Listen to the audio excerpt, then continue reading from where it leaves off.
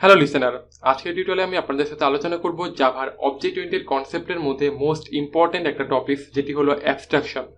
তো অ্যাবস্ট্রাকশন আসলে কি এবং আমরা কিভাবে আসলে এই অ্যাবস্ট্রাকশনটা অ্যাচিভ করতে পারি।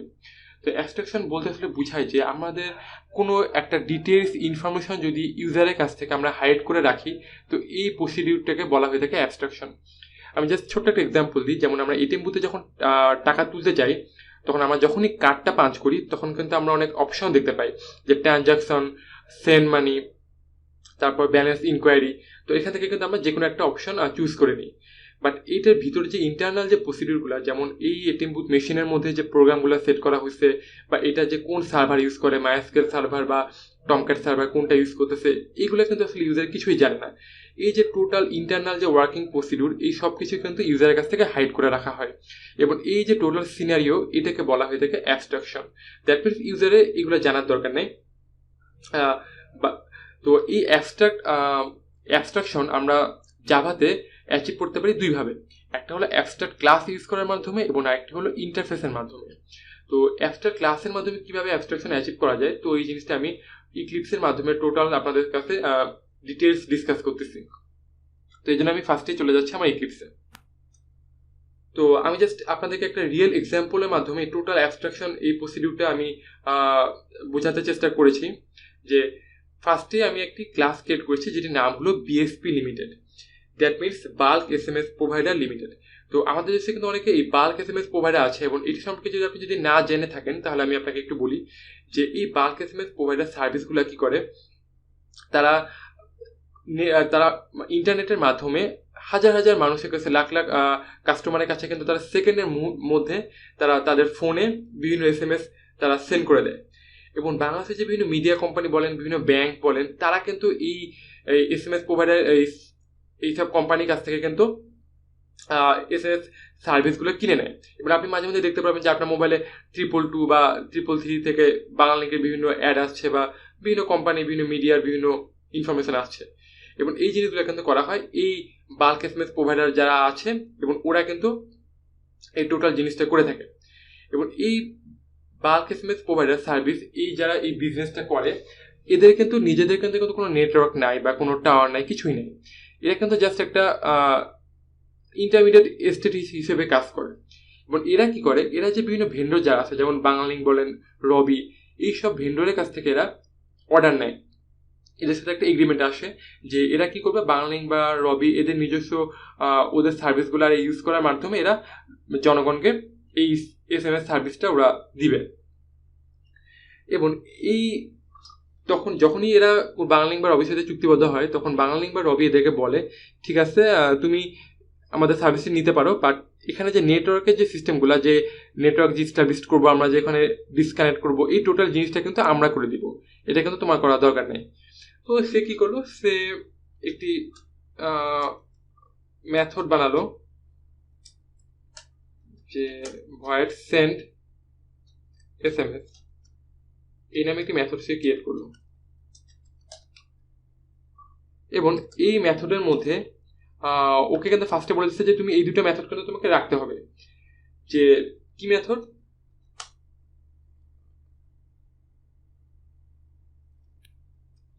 যে established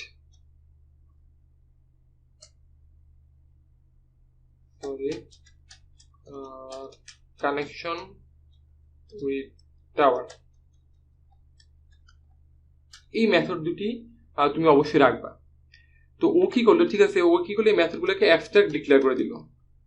এটি নামে একটি মেথড লিখলো, এবং ও আরেকটি মেথড লিখলো যে এস্টাবলিশডের জায়গায় ডিস্ট্রয়। দ্যাট মিনস এসএমএস যখন সেন্ড হয়ে যাবে তখন কানেকশনটা ডিস্ট্রয় হয়ে যাবে। তো ও জাস্ট এগুলো অ্যাবস্ট্রাক্ট লিখলো কেন, যদি আমরা কোনো মেথডকে অ্যাবস্ট্রাক্ট ডিক্লেয়ার করি, তাহলে অন্য কোনো ক্লাস যদি এই ক্লাসটাকে এক্সটেন্ড করে, তাহলে অবশ্যই এই অ্যাবস্ট্রাক্ট মেথডগুলোকে তাকে ইমপ্লিমেন্ট করতেই হবে। আমরা চাচ্ছি যে ঠিক আছে, বাংলালিংক বা রবি যখন আমরা যেটা ইউজ করব, তারা তাদের নিজেদের মতো করে এই মেথডগুলোকে ইমপ্লিমেন্ট করে নেবে। তো এখানে ইরর দিচ্ছে কেন, আমরা যদি কোনো ক্লাসের মধ্যে অ্যাবস্ট্রাক্ট মেথড লিখি, তাহলে সেই ক্লাসকে অবশ্যই অ্যাবস্ট্রাক্ট ডিক্লেয়ার করতে হবে এইভাবে। যখনই আমরা একটা ক্লাসকে অ্যাবস্ট্রাক্ট ডিক্লেয়ার করব, দ্যাট মিনস এই ক্লাসে আর কোনো রকম অবজেক্ট ক্রিয়েট করা পসিবল না। আমরা এই ক্লাসটিকে ইনহেরিটেন্স অ্যাপ্লাই করতে পারবো, দ্যাট মিনস এক্সটেন্ড করতে পারবো, বাট কোনো অবজেক্ট ক্রিয়েট করতে পারবো না। তো এখন তো এরা যে একটা বিজনেস ডেভেলপ করছে, তো এই জন্য কিন্তু এদেরকে বিভিন্ন গভর্নমেন্ট রুলস এদেরকে মেনে চলতে হয়। যেমন গভর্নমেন্ট থেকে বলে দিচ্ছে যে তুমি কিন্তু এই ডিএনডি রুল তুমি মেনে চলবে। ডিএনডি রুলস মানে that means do not disturb rule, মানে যেসব ফোন ইউজার এই ডিএনডি রেজিস্টার করা আছে তাদেরকে তুমি এসএমএস করতে পারবা না, তাদেরকে তুমি ডিস্টার্ব করতে পারবা না।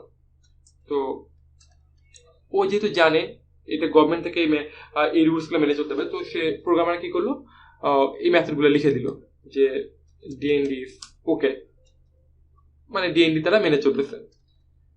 তো এখন সে কি করলো, সেন্ড এসএমএস নামে একটি মেথড ক্রিয়েট করলো, দ্যাট মিনস যাতে করে ইউজার এই মেথডটিকে কল করে তারা তাদের ইচ্ছা মতো বিভিন্ন পাবলিকের কাছে তারা এই এসএমএস গুলো সেন্ড করতে পারে। তো ফার্স্টে ওদেরকে কিছু স্টেপ মেনে চলতে হবে, যে প্রথমে তাদেরকে কি করতে হবে, নেটওয়ার্ক ইস্টাবলিশ করতে হবে।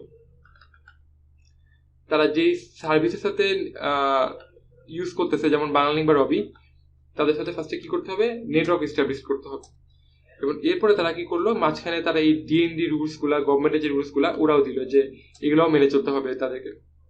এবং এরপর যখন এসএমএস সেন্ড হয়ে যাবে তখন কি করলো, তারা এর ভিতরে স্টেপটি দিয়ে দিল যে ডিস্ট্রয় হয়ে যাবে। এবং এখন জিপি এবং রবি দেখলো ঠিক আছে, ওরা যেহেতু আমাদের কাছ থেকে অর্ডারটা নিচ্ছে এবং আমাদের সার্ভিসটি ইউজ করতেছে, তো তারা তাদের এই যে ইস্টাবলিশড এবং ডিস্ট্রয় টোটাল লজিকগুলো তারা নিজেদের মতো করে ইমপ্লিমেন্ট করে দিল। তো জিপির যে প্রোগ্রামারগুলা তারা কি করলো, ওই ক্লাসটিকে তারা এক্সটেন্ড করলো বিএসপি লিমিটেড। এবং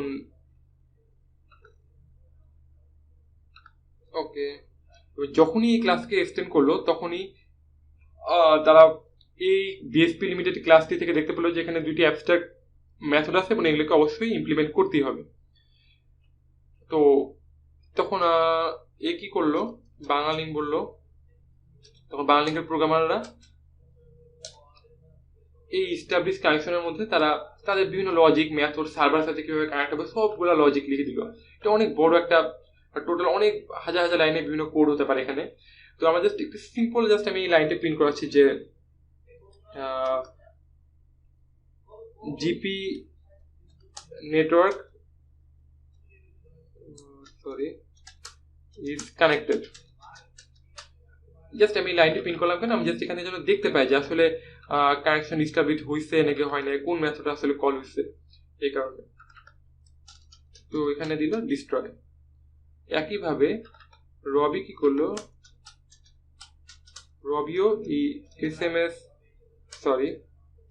বিএসপি লিমিটেড এদের এই অ্যাবস্ট্রাক্ট মেথডগুলোকে ইমপ্লিমেন্ট করলো এবং তারাও রবির প্রোগ্রামাররা কি করলো, তারা এই ভিতরে ইমপ্লিমেন্ট করে দিল, যে কোডগুলো লেখার পর বলে দিল যে ঠিক আছে রবি নেটওয়ার্ক কানেক্টেড হয়ে গেছে এবং রবি নেটওয়ার্ক ডিস্ট্রয় হয়ে গেছে। তো ওরা নিজেদের মতো করে ইমপ্লিমেন্ট করে দিল। তো বিএসপি লিমিটেড কিন্তু আসলে তারা কিন্তু এই ডিএনডি মেথডকে জানে যে এগুলো কিন্তু গভর্নমেন্ট রুলস, এগুলো কিন্তু সে জানে, বাট এই যে ইস্টাবলিশড হবে ডিস্ট্রয় হবে কিভাবে নেটওয়ার্কের সাথে, এগুলো কিন্তু তারা জানে না। এগুলো তারা টোটালি বাংলালিংক বা রবি যে প্রোভাইডারগুলো এদের উপর সম্পূর্ণ ছেড়ে দিচ্ছে যে তোমরা নিজেদের মতো করে ইমপ্লিমেন্ট করে ফেলো।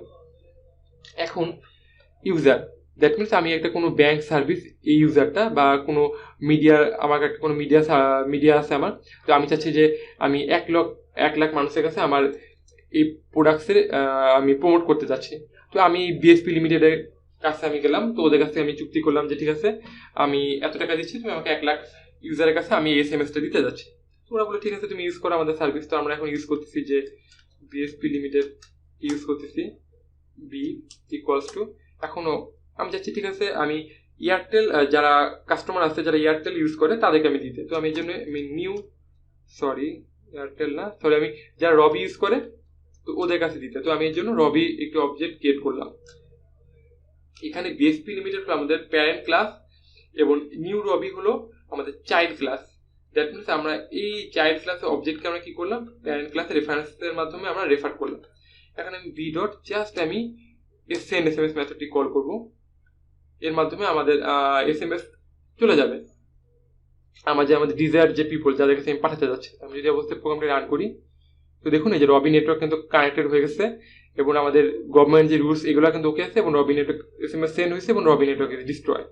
একইভাবে যদি আমি এখানে জিপি কাস্টমারের কাছে পাঠাতে চাইতাম, তো দেখুন একইভাবে আমি জিপির মাধ্যমে পাঠিয়ে দিতে পারছি। তো এখন আমি জাস্ট টোটাল একবার রিভাইজ করি জিনিসটা। এই যে আমরা অ্যাবস্ট্রাক্ট ডিক্লেয়ার করলাম, তো অনেকে কনফিউজড হয়ে যায় যে কখন আমরা অ্যাবস্ট্রাক্ট ইউজ করবো, কখন আমি ইন্টারফেস ইউজ করবো। তো যখন আপনি দেখবেন যে আপনার কিছু মেথড আছে আপনি নিজে ইমপ্লিমেন্ট করতে পারতেছেন এবং কিছু মেথড আছে যেগুলো আপনি ইমপ্লিমেন্ট করতে পারবেন না, এই জন্য আপনি কোনো একটা প্রোভাইডারের কাছে আপনি ডিপেন্ডেন্ট, তারা এই মেথডগুলোকে ইমপ্লিমেন্ট করে দিবে।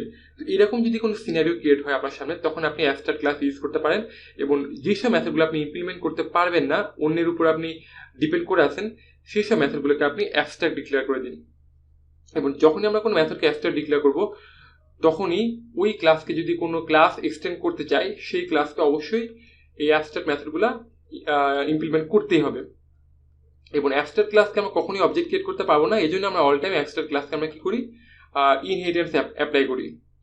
এবং আমি যদি চাই যে না আমি অ্যাবস্ট্রাক্ট ক্লাসকে আমি এক্সটেন্ড করব বাট আমি ইমপ্লিমেন্ট করতে চাবো না, সাপোজ আমি এই মেথডগুলোকে ইমপ্লিমেন্ট করবো না জোর করে, তখন আমাদের একটা উপায় আছে যে আমাদের এই ক্লাসটিকে অ্যাবস্ট্রাক্ট করে দিতে হবে। যদি আমি ক্লাসটিকে অ্যাবস্ট্রাক্ট করে দিই, তাহলে অ্যাবস্ট্রাক্ট ক্লাসকে আমার আর ইমপ্লিমেন্ট করার দরকার নাই। তো এভাবে আমরা দেখতে পেলাম একটা রিয়েল এক্সাম্পল দেখতে পেলাম যে কিভাবে আমরা এই অ্যাবস্ট্রাকশনটা অ্যাচিভ করতে পারি এবং কেনই আসলে আমরা এই অ্যাবস্ট্রাকশনটা আমাদের লাগবে এবং কোন কোন ক্ষেত্রে আমরা এই অ্যাবস্ট্রাক্ট ক্লাসের মাধ্যমে এই টোটাল পুরো অ্যাবস্ট্রাকশনটা ইউজ করতে পারবো। তো আশা করতেছি যে অ্যাবস্ট্রাক্ট ক্লাসের মাধ্যমে কিভাবে আমরা অ্যাবস্ট্রাকশন অ্যাচিভ করবো এটি নিয়ে আপনাদের আর কোনো কনফিউশন নাই। তো এর পরবর্তী লেকচারে আমি দেখাবো যে কিভাবে ইন্টারফেসের মাধ্যমে আমরা 100% আমরা অ্যাবস্ট্রাকশন অ্যাচিভ করতে পারবো। তো আজকের মতো এখানে stay connected with us to see our next tutorial. Thank you again.